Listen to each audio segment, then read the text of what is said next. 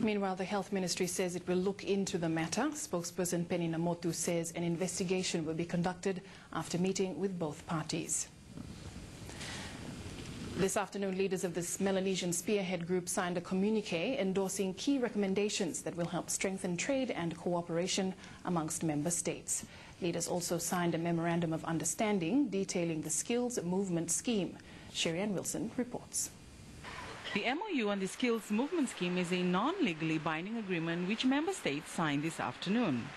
One of the issues raised by the Trade and Economic Officials meeting is the rationale behind the determination of skill quotas, whether it should be based on population, labor force or unemployment. The main issue that was included was the economically active population of the MSG as a group, and they used a proportion of that economically active component of the population to determine the quota for each MSG member that will be party to the MOU. MSG Director General Peter Farao explained the content of the MOU and quotas will be reviewed. I want to underscore this is the first step, and as we gain experience from the MOU, we will be able to expand it to include other issues and other requirements to ensure that it's more conducive to the labor force requirements of our members.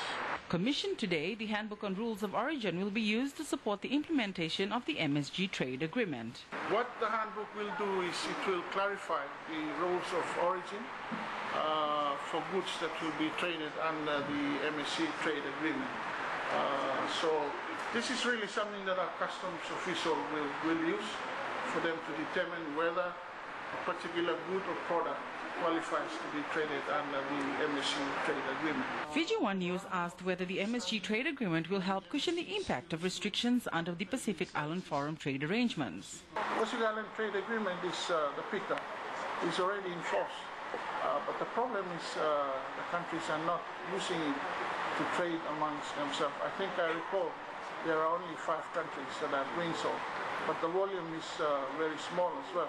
Farao says the Rules of Origin Handbook and review of trade agreement will hopefully serve as an incentive for investment. Sherry-Ann Wilson, Fiji One News.